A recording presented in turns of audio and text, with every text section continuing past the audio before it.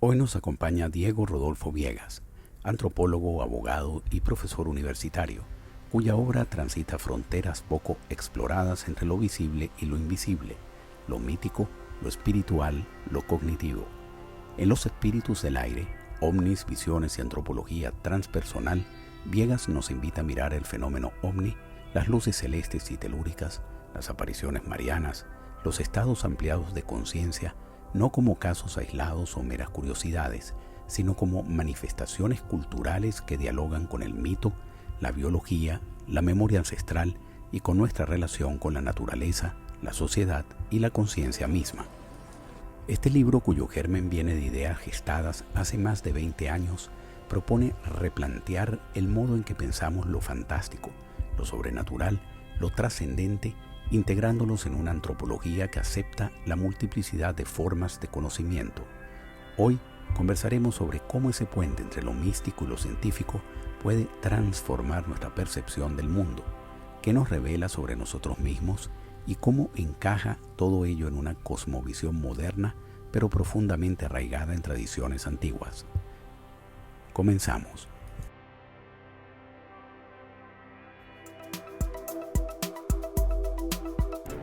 El séptimo laberinto.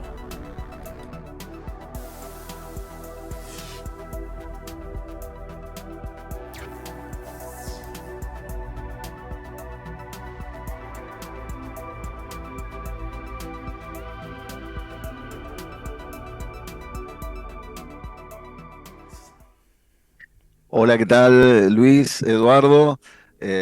Muchísimas gracias por la invitación y para mí es un honor y un placer nuevamente estar eh, entrevistado aquí en el Séptimo Laberinto. Muchas gracias. Gracias a ti, Diego.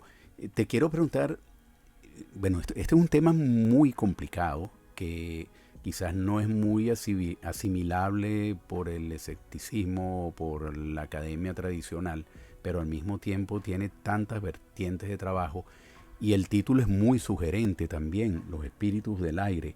Quiero que nos comentes primero de dónde surgió ese título, cuál fue las experiencias que te despertaron a ti la inquietud de unir fenómenos ovnis, visiones, estados ampliados de conciencia con la antropología transpersonal, que es un campo que tú dominas muy bien, y adicionalmente cómo fue gestar esas ideas, digamos, 3 décadas atrás, cuando el contexto académico era mucho menos receptivo y ojo con esto, de lo que es hoy, porque hoy es más receptivo que 3 décadas atrás, no es menos receptivo en estos temas, sino mucho más receptivo. Entonces quiero que nos comentes sobre esta parte introductoria para comenzar a discutir este libro que tiene muchísimos tópicos para discutir.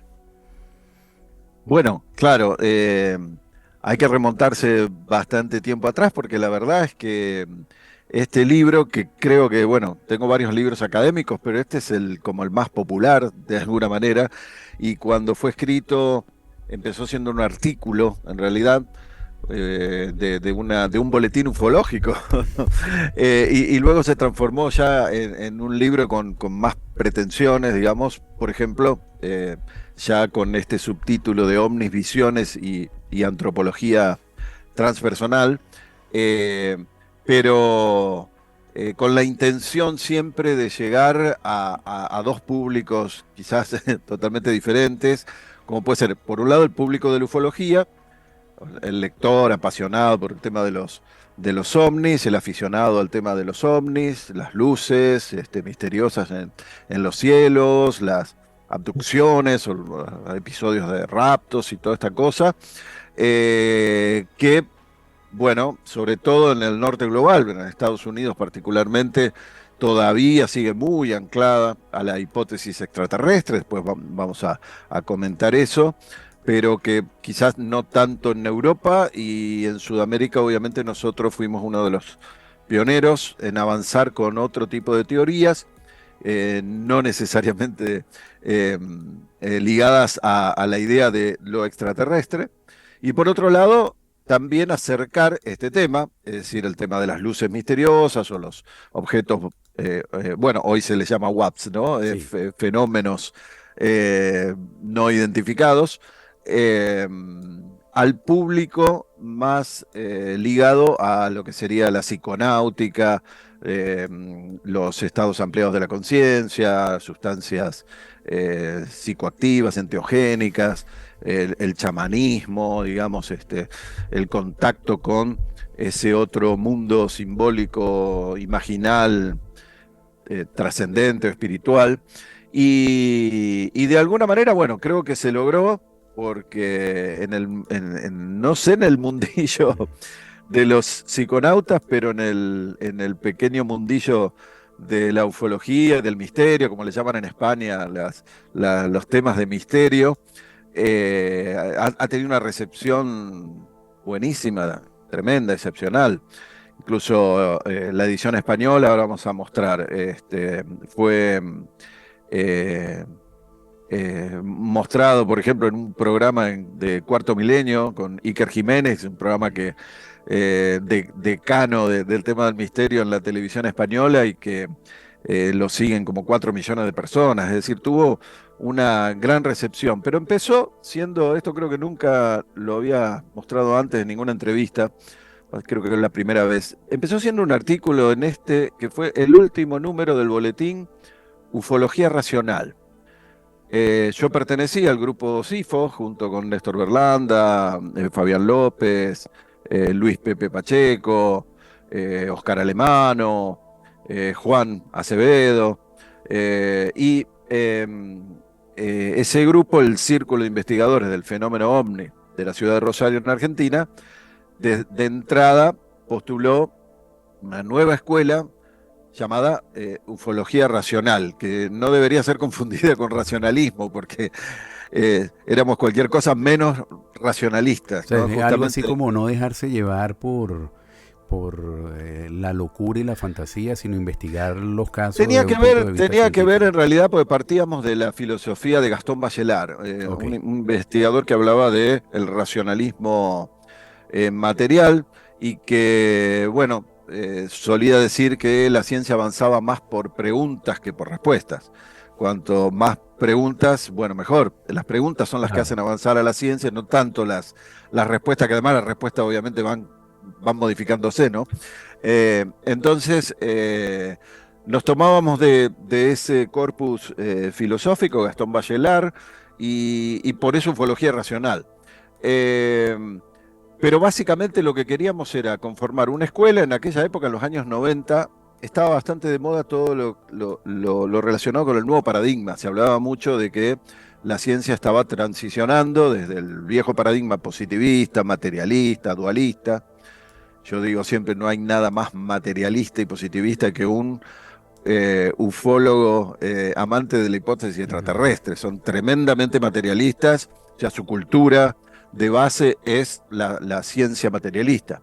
Sin embargo, bueno, aparte, sabemos que a partir de la física cuántica, de la teoría sistémica en biología, las nuevas cosmologías, las psicologías profundas, ¿no es cierto? La psicología junguiana, la psicología transpersonal de Stanislav Grof, todo eso, todo ese cambio en el ámbito de la ciencia, pero también en la cultura, nos ha llevado a una nueva concepción completamente diferente al viejo paradigma, que sigue vigente, ¿no? Pero el viejo paradigma positivista se resquebrajó completamente, ¿no? Entonces, nosotros queríamos formar una escuela dentro de la ufología, pero en esa época estábamos muy involucrados con el tema de la investigación OVNI, eh, que de alguna manera tuviese el marco del nuevo paradigma en las ciencias.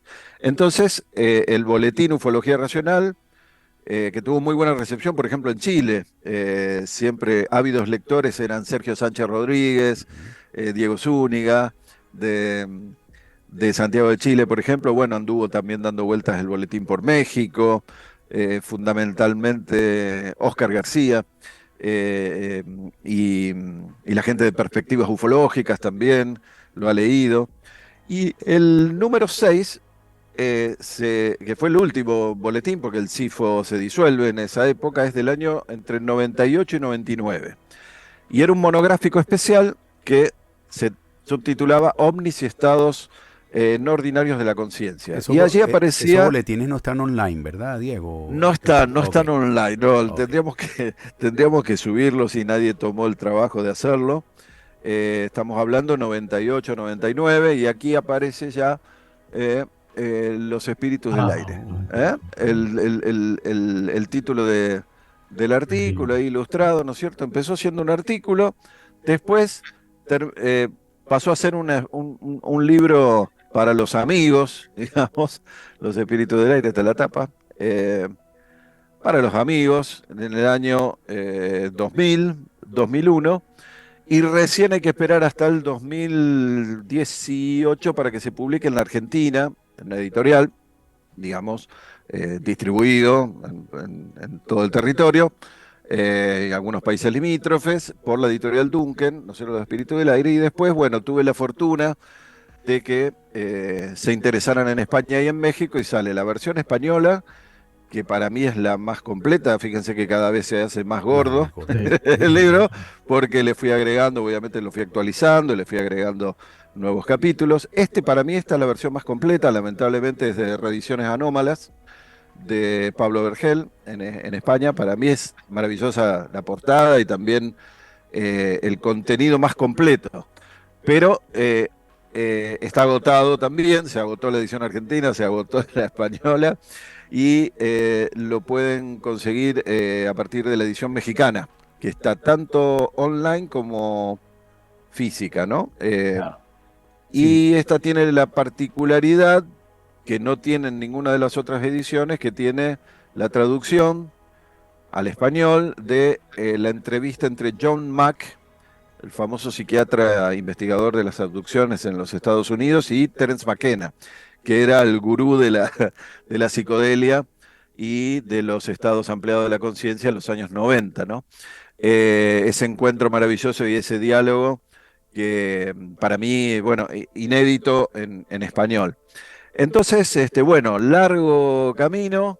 Empezó siendo un artículo, termina siendo un libro bastante popular. Siempre digo que falta solamente su traducción al inglés para que siga creciendo. Haciendo. Y la idea era hacer un paralelismo, solamente un paralelismo, porque aquí no intento explicar el fenómeno ovni, sino que partiendo de aquellas premisas de la ufología racional, del SIFO, eh, y desde ese punto de vista, que nosotros llamábamos racional, pero que tenía que ver justamente con una hipótesis, la llamada hipótesis DAT, es decir, el aquello, de lo que poco y nada sabemos, es decir, la idea de una cierta inteligencia, quizás incluso con un sustrato energético no sustancial, detrás del fenómeno ovni, y la relación con los estados modificados de conciencia, sobre todo en lo que son los encuentros más cercanos, es decir, Claro. las abducciones, indudablemente. Bueno, la idea era tratar de em, eh, establecer un punto de quiebre a esta hegemonía, digamos, de la hipótesis extraterrestre en gran parte del mundo, eh, porque obviamente consideramos que la hipótesis extraterrestre no es un delirio, pero ya con el paso del tiempo, ya llevamos casi, no sé, 80 años de nacimiento del fenómeno ovni, verdaderamente es incompleta y es errónea, ¿no? Entonces, pero Diego, eso le hay, generó adversarios de todos lados, adversarios de los que favorecen la hipótesis extraterrestre, adversarios de los escépticos, adversarios... claro, sí, sí, totalmente, sí, como suele pasar. En los años 90 no éramos comprendidos, porque ahora, por ejemplo, quizás estas hipótesis diferentes al extraterrestre tienen mucho más llegada. Por ejemplo, bueno, creo que José Antonio Caravaca, gran amigo, ha sido un parteaguas también en este sentido. De hecho, Caravaca no nos conocía, pero eh, pudimos conversar, tener un diálogo y obviamente las lecturas psicosociales clásicas también nos parecían erradas. Y en su momento realmente participamos en muchos congresos, en Mar del Plata, por ejemplo, en los congresos OVNI que se realizaban en Argentina o mismo en Buenos Aires, en Rosario, y no éramos comprendidos. Y por un lado, los escépticos o algunos negadores o debunkers de- del tema, sí, prácticamente nos decían que éramos, no sé, más cercanos a las sectas platillistas o un tipo de lectura espiritualista, ¿no? Y para sí, para los etistas, para los amantes de la hipótesis extraterrestres, éramos escépticos, o sea, realmente se nos tomaba, hasta se nos dijo que éramos emisarios de la CIA, y cosas así, que veníamos a confundir el tema. Y bueno, claro, no se nos entendía porque tampoco se tenía la experiencia. Recordemos que entre el 97 y el 98 es donde el CIFO se disuelve y pasamos con algunos de esos miembros y otros profesionales a la Fundación Mesa Verde, ya con la idea de investigar los estados ampliados de la conciencia, y ahí es donde yo también después me introduzco en la universidad, planteando la antropología transpersonal, que ya tiene más de 50 años en Estados Unidos. Hay una asociación de antropología transpersonal dentro de la Asociación Americana de Antropología. Editan su revista académica anual, hacen sus reuniones anuales. No está tan desarrollado en Europa. Por ahí hay eh, está John Hunter en Inglaterra, con esta revista que se llama Para-Anthropology, es la confluencia entre la parapsicología y la antropología. Y aquí, por supuesto, en América Latina en general es novedosa, es bastante novedosa. Aquí la estamos empujando, la antropología de la conciencia, desde la Universidad Nacional de Rosario, en Argentina. Y bueno, entonces, claro, era bastante complicado para mucha gente cerrada dentro del mundillo de la ufología, que no se abre hacia otras disciplinas, poder comprendernos, sobre todo en los años 90, ¿no? Ahora creo que es todo lo contrario. Salvo en los Estados Unidos, donde sigue rigiendo hegemónicamente la hipótesis extraterrestre, pero hay bastantes cambios también. Yo creo que todos se van corriendo hacia las posturas teóricas que tienen más que ver con la amplitud de la conciencia, la importancia de los estados no ordinarios de la conciencia en el fenómeno, el tema del mito, de lo psicosocial, la importancia de los medios de comunicación en los vaivenes de, de los propios testigos y de este mundillo, y sobre todo, bueno, esta lectura simbólica, porque Los Espíritus del Aire es una lectura semántica, una lectura simbólica, una lectura profunda. Cuando hay dos, esto lo aprendí de Dennis Stillings, eh, que fue conocido en el mundo de habla hispana por la traducción del libro originario de Minnesota. Dennis Stillings era un analista junguiano, metido también en el tema de lo paranormal y de la ufología, y bueno, lo imaginario en el contacto ovni, era el libro que no recordaba recién. Para nosotros la Biblia del CIFO, era ese libro, y llegué a cartearme bastante, incluso Dennis Stillings, tengo aquí toda la colección de Artifacts, la revista, el boletín que él sacaba con su equipo, por supuesto en inglés, ¿no? Y comencé a traducir también en su momento algunos artículos de Dennis Stillings, tanto para Ufología Racional como para La Nave de los Locos, la revista, el boletín de los amigos chilenos, Sergio Sánchez y Diego Zúñiga. Y claro, prácticamente el CIFO tenía las mismas ideas muy similares a las de Dennis Stillings en ese momento. Y bueno, fue un gran empuje poder tener esa comunicación a través de epistolar, ¿no? Eh, pero bueno, con el tiempo, evidentemente, quizás los 90 no era todavía su tiempo, pero la apertura, la gran recepción que tuvo los Espíritus del Aire ya en el 2021, 2022, en México y en España, hacen pensar que por fin ya el gran público está mucho más, mm, acepta mucho más estas nuevas, Lo más abierto. eh, más abierto a estas ideas y quizás va abandonando de a poco la hipótesis extraterrestre más cerrada, ¿no? Diego, primero lugar, pues felicitarte porque encontré un librazo.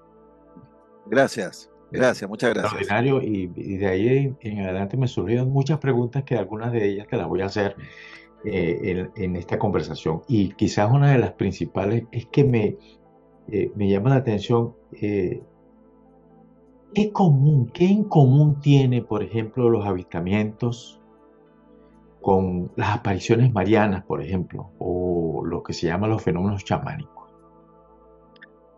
Bien, perfecto. Los encuentros más cercanos con lo que llamamos nosotros fenómeno ovni, en general las narraciones suelen ser muy similares a las antiguas iniciaciones chamánicas. Prácticamente no hay diferencia, es como si cambiara la escenografía teatral, ¿no? Pero en el fondo el guión es un guión muy ancestral, muy antiguo, muy profundo, donde casi hasta no cambian los pasos, los famosos. Hubo Thomas Bullard, fue un folclorista norteamericano que intentó, digamos, reflejar en las diversas testimonios de personas que dicen haber sido abducidas por extraterrestres, ovnis o naves, y concluyó prácticamente en los mismos pasos que ya Joseph Campbell, famoso mitólogo, había descrito en su célebre, hoy en día, el viaje del héroe, ¿no? Son 3 pasos básicos, en realidad son 12 o 17, según Campbell, que aparece también en mucha literatura fantástica, son los mismos pasos. Incluso los guionistas de cine aprendieron de esos pasos mitológicos y muchas películas de Hollywood están basadas en esos mismos fases o pasos que no dejan de ser también los pasos que fueron descritos ya en 1920 por un antropólogo francés, Arnold van Gennep, respecto de los ritos de pasaje. Todos los ritos de paso, el rito de pasaje de la antigüedad, tienen estos 3 pasos que son, bueno, la apertura, digamos, a la experiencia, o que el cese, digamos, de la realidad cotidiana para pasar hacia otra realidad no cotidiana, el encuentro con criaturas o con, bueno, donde ocurre una serie de aventuras, y después la transformación de este testigo o de este personaje mítico que vuelve, o de un iniciado en cualquiera de los ritos de paso de todas partes del mundo, y cuando se regresa a la realidad cotidiana, esa persona ya no es la misma, ¿no? Ese personaje ya no es el mismo, porque, digamos, ha hecho un recorrido a su interior más profundo, se ha transformado y, bueno, en algunos casos, por ejemplo, la iniciación chamánica representaba al regreso del chamán de su viaje a los mundos espirituales, el aprendizaje para sanar, por ejemplo. En el caso de las abducciones no ocurre esto, pero sí suele ocurrir que muchas personas que pasan por este trance, por esta experiencia, que aparentemente sería una experiencia en un estado no ordinario de la conciencia, espontáneo, el hecho de generalmente de viajar en un automóvil, por ejemplo, en una ruta, sabemos que a veces cuando los viajes son muy largos, se produce una especie de somnolencia, el cabeceo incluso, o sea, se puede entrar en un estado sutil de trance, y de pronto la aparición de una luz misteriosa, y de pronto entonces se encuentran dentro de lo que parece ser una nave, pero que tiene todas las características similares a lo que eran las antiguas iniciaciones chamánicas, donde el chamán veía una fuerte luz, una luminosidad, y de pronto se encontraba en una cueva luminosa, digamos, y donde aparecían los ancestros y por ejemplo, le introducía cristales de cuarzo a los aborígenes australianos. En el caso de los abducidos modernos, se les introduce supuestamente algún tipo de aparato, un dispositivo tecnológico para monitorearlos. Un chips. Sí, claro, chips. Huelga decir que nunca se encontró en los estudios que se hicieron con abducidos ningún chip en el cerebro, y si se encontró algo es algo orgánico. Es decir, que todo parece como si fuera un relato de un sueño, ¿no? Un sueño. Pero evidentemente lo más importante, me parece, más que el relato, es qué efecto tuvo esta experiencia de ser real, no importa lo que haya sido, pero cómo se traduce después en ese regreso.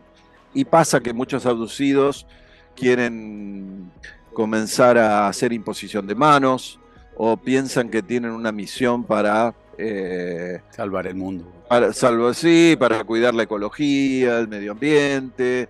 Hay un mensaje siempre que tiene que ver, esto es muy interesante, con el planeta Tierra, con el observar, digamos, el cuidado de la ecología, del medio ambiente, del planeta Tierra, casi como si el mensaje fuera de Gaia, ¿no? El espíritu de la Madre Tierra, la Pachamama, dirían los andinos.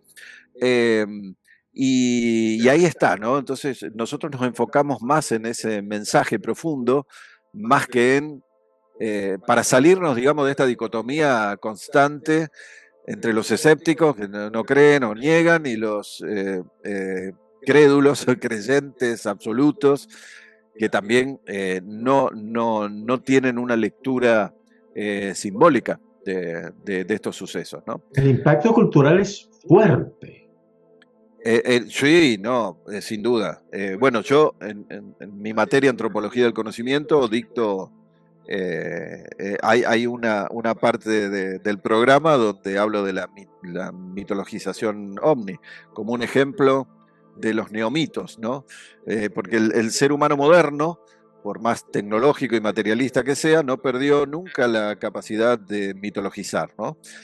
Sí se ha perdido el mito, porque nosotros tenemos como única forma de conocimiento legitimada la ciencia, sobre todo la ciencia con el paradigma occidental de la modernidad, positivista, racionalista, dualista. El paradigma científico. El paradigma científico más ortodoxo.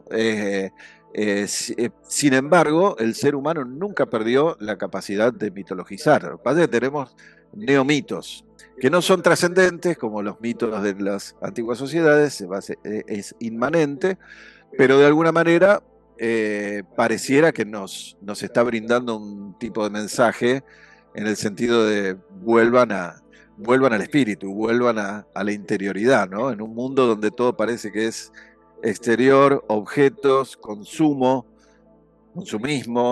tecnología, ¿no? Y hasta esto me parece que este mensaje está inscripto en el primer caso, o el que se tiene, no es el primer caso, pero es el que se tiene como el mito fundacional del fenómeno ovni, que es Kenneth Arnold, ¿no? El avistamiento famoso del 24 de junio de 1947.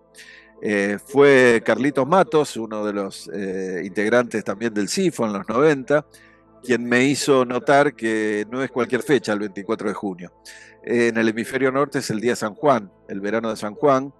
Es una fecha completamente liminal, que es un pasaje iniciático para Occidente, donde muchas sociedades secretas o discretas, como la masonería, los rosacruces, algunos movimientos neonósticos, tienen el 24 de junio como el día en que eligen sus autoridades, ¿no? Es el día límite del solsticio de Cáncer, o día de San Juan para el cristianismo, del verano del hemisferio norte, y asociado a San Juan Bautista y a los elementos del agua y el fuego. Generalmente, tradicionalmente se realizaban hogueras, en América Latina también, hogueras que su significado es darle calor al sol, porque el sol está viejo, ya está débil. Y a su vez toda esta cuestión, por ejemplo, en Rusia, el tirarse bañarse en las aguas frías, digamos, por el tema Verdad. del bautismo de San Juan Bautista, ¿no? Pero también aparecen estos elementos en el caso de Kenneth Arnold, porque se da nada más ni nada menos que en un axis mundi, símbolo justamente de la conexión entre el cielo y la tierra, que es el Monte Rainier, llamado Tahoma para las culturas indígenas del lugar, los Salish, los Yakima, y se trata de un volcán, o sea, ahí está el elemento fuego, pero arriba de ese volcán hay un glaciar en Rainier, ¿no? Es el elemento agua, y aparece el elemento aire, tierra, por supuesto, y el quinto elemento, que es el ovni.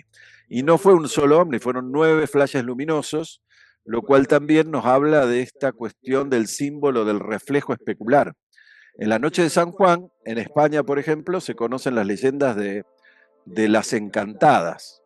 Justo en esa noche mágica, que es una fecha liminal, como dijimos, solsticio, día límite del solsticio de Cáncer, aparecen unas mujeres como fantasmas o como ángeles, como hadas, que se están peinando con un peine de oro, y que el testigo que las ve, dicen las leyendas, ¿no?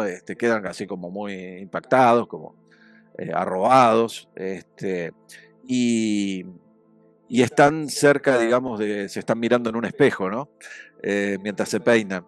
Hay una serie de símbolos liminales ahí, muy antiguos, pero justamente el resplandor especular aparece en las flashes luminosos de Kenneth Arnold. Y cuando uno investiga también el símbolo tiene que ir a veces a la referencia de los nombres de los testigos, ¿no? En el caso de Kenneth Arnold me puse a investigar y Kenneth Arnold significa algo así como águila atenta en el cielo, atrayente. Y justamente con su testimonio atrajo a cantidades de gente.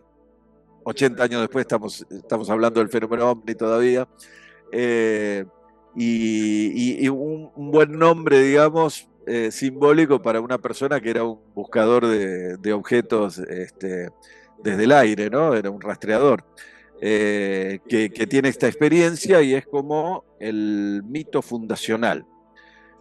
Pero sabemos perfectamente que los elementos que aparecen en la narrativa OVNI después de 1947 ya estaban en la literatura de la ciencia ficción desde la aparición o sea, la idea de lo extraterrestre ya está presente en distintos tipos de narrativas, en la cultura humana, sobre todo, bueno, en Occidente, a partir de la Revolución Industrial.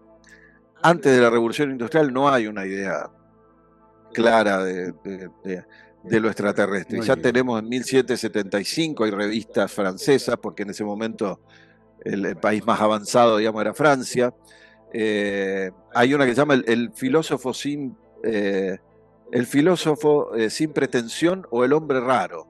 Era una novela donde en la tapa ya aparece un personaje que viene del espacio, por supuesto como una máquina voladora, o sea, muy imaginativa, pero con los elementos culturales de la época, ¿no? Una especie de ruedas, así toda muy mecanicista. En 1909, el famoso ilustrador Albert Róbida, en una revista que se llamaba La Guerra Infernal, aparece también una especie de tortuga voladora con todas las características de un platillo volador. El Journal des Voyages también. Las aventuras fantásticas de un parisino, estoy haciendo la traducción, ¿no? Es también una revista de ciencia ficción de Francia del año 1910, llena de tapas, portadas de ilustraciones de fantasciencia, donde aparecen prácticamente platillos voladores prefigurados antes de los platillos voladores, ¿no? Después tenemos ya Estados Unidos, pasa a ser digamos, el país tecnológicamente más avanzado, y tenemos todos los famosos Pulp Fiction, ¿no? Science Stories, la Amazing Stories. La Amazing Stories, con la dirección de Hugo Gernsback, y ahí aparece todo prefigurado, los rayos luminosos compactos y coherentes, los platillos con las ventanitas tipo ojo de buey, como los viejos submarinos, aparecen los raptos también, aparecen las vacas mutiladas, aunque parezca mentira, aparecen las naves con forma de cigarro, con otras formas no mandálicas, digamos, no redondeadas, no circulares, digamos. Y si nos vamos más atrás, ya está demostrado que en la Edad Media, por ejemplo, existía un fenómeno similar a lo que hoy llamaríamos el efecto electromagnético de los platillos voladores, y se le llamaba en latín lucerna extinta. Era cuando los duendes entraban a las casas y soplaban las velas y apagaban las luces de las velas, ¿no? Entonces era una prefiguración de lo que hoy llamamos efecto electromagnético. Los famosos círculos de las hadas, similares a las narrativas, digamos, de los asentamientos, los aterrizajes ovni, los hombres de negro, toda esta narrativa paranoica de Estados Unidos en los años 50, la Guerra Fría, aparece ya mucho tiempo antes en forma de brujos negros, magos negros, generalmente sí, magos vestidos de negro. Y como dijimos, ¿no? Hasta incluso la figura del amante invisible, que esto creo que lo trabajo yo por primera vez en Los Espíritus del Aire. Seguramente les habrá gustado ese capítulo dedicado a los matrimonios sagrados. Resulta que el supuesto primer contacto sexual entre un extraterrestre y un humano se dio en el caso de Antonio Vilas Boas, el famoso granjero brasileño que después se recibió de abogado, y que, bueno, contó su experiencia, ¿no? Que había visto una mujer muy bella, pero extraña.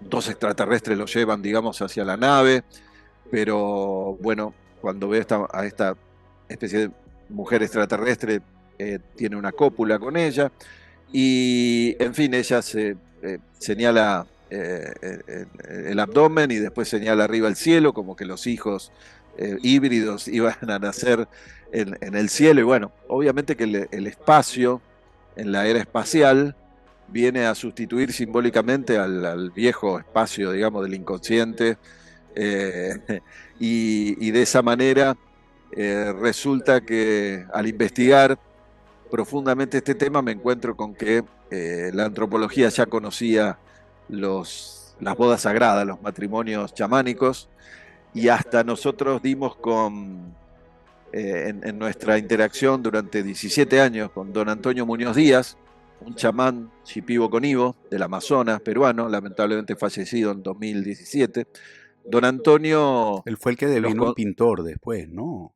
Hay No, uno ese que es tú mencionas. Ese es Pablo Amaringo. Ah, Pablo sí, Amaringo es disculpa. un pintor Sí. mestizo, pero bueno, es buena tu referencia porque hay otro capítulo también, otra sección del libro dedicada a la pintura de Pablo Amaringo, que Impresionante. Yo tiene, la he buscado en internet claro, y bellísima. sí, exacto. Nosotros las conocimos ya en el 97, en el libro escrito por Luis Eduardo Luna, un antropólogo colombiano, junto con Pablo Amaringo. Pablo Amaringo falleció también.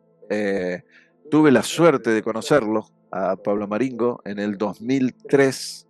Viajé a Pucallpa, a Perú, en la selva amazónica.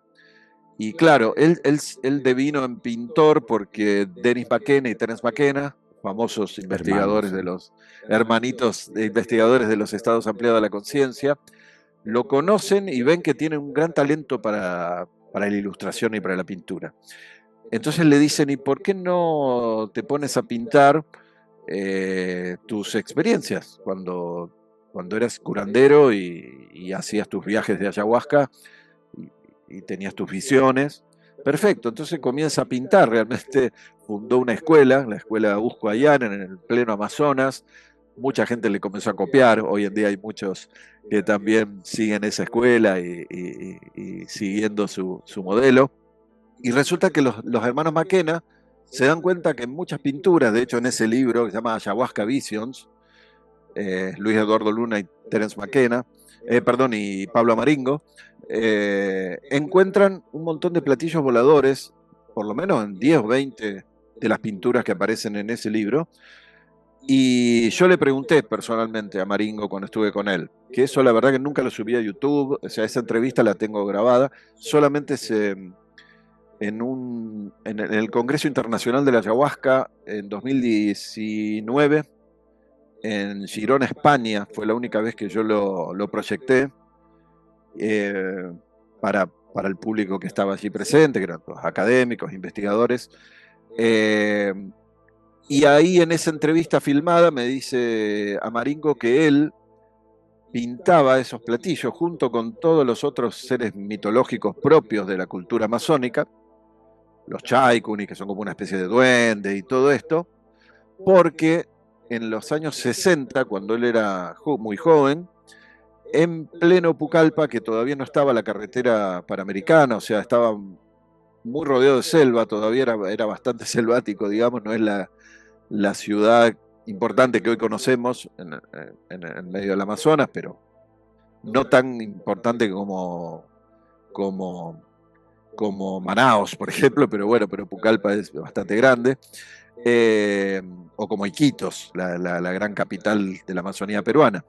Pero de todas formas estaba muy aislado y sin embargo el concepto de platillo volante había llegado ya, por los diarios, por la comunicación. A veces pensamos que la selva estaba aislada y no era así. Ya en los 60 ya el concepto platillo volador había llegado. Entonces dice que vieron un orbe, una luz muy extraña volando y todos los compañeros de Pablo Maringo le decían, esto deben ser los ovnis, los famosos platos voladores que habla la prensa. Y ahí quedó el tema. Entonces cuando él como curandero tenía experiencias, eh, por supuesto visionarias con el ayahuasca, resulta que aparecían los platillos voladores, pero en lugar de bajar seres extraterrestres, muy de la cultura tecnológica occidental, bajaban seres mitológicos de amazónicos, propios de su cultura mestiza, ¿no? Porque él era un mestizo. Y bueno, eso fue una gran revelación. Dos símbolos importantes para Pablo Maringo, la mantis religiosa, que es una representación de la ayahuasca también, y en otras culturas incluso representa a la madre naturaleza, y por otro lado los platillos voladores. Y fíjense ustedes, Luis, Eduardo, que eh, en Occidente empiezan a aparecer también relatos de encuentros del tercer tipo y de abducciones con seres insectoides, algunos de los cuales considerados extraterrestres, ¿no? Pero algunos de los cuales se parecen a la mantis religiosa. Y sin embargo, la mantis religiosa representa a la madre naturaleza. Vuelve a aparecer una y otra vez este mensaje, ¿no? Relacionado más con Gaia, con el cuidado del planeta, con que nos volvamos planetarios, digamos, ¿no? Ahora, Diego, quería más o menos en el mismo orden de lo que te había preguntado Luis, que uno de los puntos más fascinantes de tu libro es cómo reúne fenómenos que a primera vista parecieran no tener ninguna relación entre sí y se le trata de buscar un tronco común, lo que son las apariciones marianas cargadas de un simbolismo religioso importante u otras experiencias que la gente identifica como contactos ovnis. Y cuando uno ve en la historia, encuentras en la Edad Media quizá visualizaba hadas, duendes y más adelante otro tipo de figuras y uno se pregunta, bueno, estamos ahorita en plena era espacial, ¿qué es lo que visualizaremos en un futuro lejano? Y todo ello como que forman parte de ese mismo entramado cultural y espiritual del momento donde se están produciendo esas visiones. Pero entonces ahí entramos a un punto que es el que a mí me preocupa y tú lo has tratado también en tu libro y en tus conversaciones, cómo distinguir la parte mítica, la alucinación de la experiencia subjetiva y del fenómeno cultural objetivo, porque es muy reiterativo en experiencias que tú relatas en tu libro y en las experiencias que otros autores relatan, que bueno, el que está teniendo la visión de lo que esté viendo para él es su realidad. Y ahí podemos entrar en un terreno infinito de qué es la realidad y cómo definimos la realidad y nos metemos en la cuántica y ahí nos vamos por todas las ramas posibles de lo interesante con una premisa que a mí me gusta mucho, que es la de Feynman, que la puedes aplicar no solamente para la mecánica cuántica, sino para este fenómeno, ¿no? Si crees que lo estás entendiendo es porque no lo estás entendiendo en un fenómeno tan complicado como este.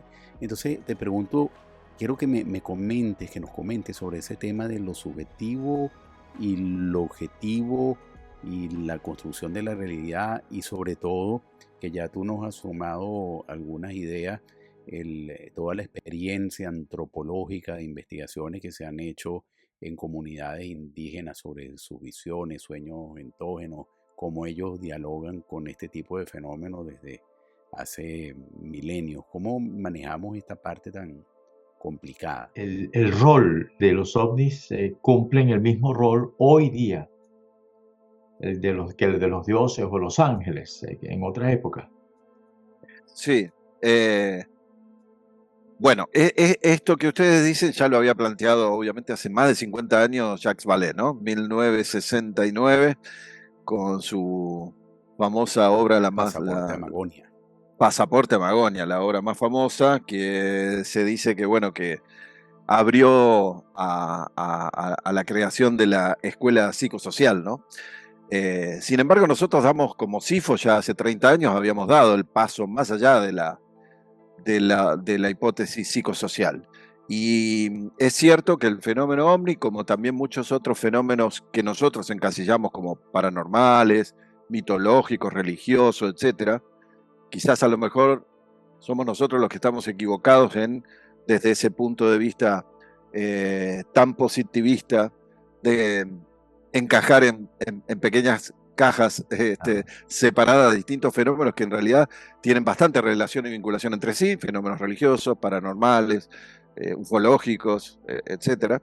Es indudable la ligación que tiene este fenómeno con esos otros considerados por otras disciplinas, pero que tienen una base común, y con la conciencia humana, Entonces, quizás podamos volver a los años 90, y otro de los integrantes del CIFO, Oscar Alemano, un psicólogo, nos hablaba de la equivalencia ovni-sueños, y él decía, aquel que tiene una experiencia, supongamos, ve un ovni, o el supuesto ovni, y va y le cuenta a los amigos, a la familia, esto es lo que yo vi en el cielo, etcétera, etcétera, no difiere demasiado de cuando alguien tiene un sueño y va y se lo cuenta después a la mañana siguiente a su familia, a sus amigos. El contenido del sueño ya no está más, el ovni ya no está más, no es posible establecer tampoco una ciencia positiva, ni empírica, ni positivista en base a un testimonio que solamente implica a uno, o aunque sea más de uno, pero donde ya el ovni, al igual que el sueño, no está más. Y así como el sueño, ya descubrió Freud hace 200 años, que tiene un contenido manifiesto, que es lo que vemos en los sueños, que a veces parecen unas cosas absurdas, a veces no tanto, a veces aparece gente que conocemos, a veces gente que no conocemos, situaciones que no se entienden muy bien. Ese es el contenido manifiesto, pero hay un contenido latente, que es el que Freud exploró justamente para llegar a un contenido inconsciente. Y lo mismo sucedería, o muy parecido, con el fenómeno ovni. El contenido manifiesto es lo que el testigo nos dice que ve, pero que después ya no está más ahí. Es como si el ovni, decía Oscar, se realizara, interesante se realizara en el momento, pero después ya no está más. Y no es que como un avión uno lo puede seguir como creyó en su momento la teoría de los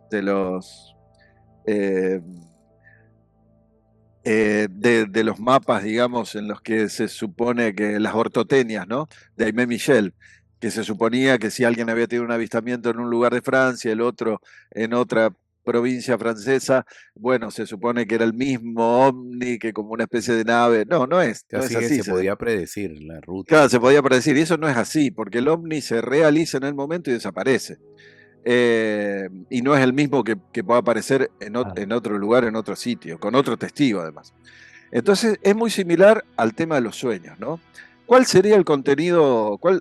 En los sueños la base material es el cerebro. ¿Y cuál sería el contenido material o informacional, mejor dicho, en los ovnis? Pareciera que fuese la cultura. Entonces por eso tuvimos en 1890, 1870 la invasión de las aeronaves victorianas y julio-vernescas en Estados Unidos, por ejemplo, donde estos armatostes bajaban y los testigos decían que no veían extraterrestres, sino que eran científicos avanzados de la época en un momento de transición y de aceleración tecnológica muy importante. Sí, siempre hay que prestar atención a los contenidos psicosociales, ¿no?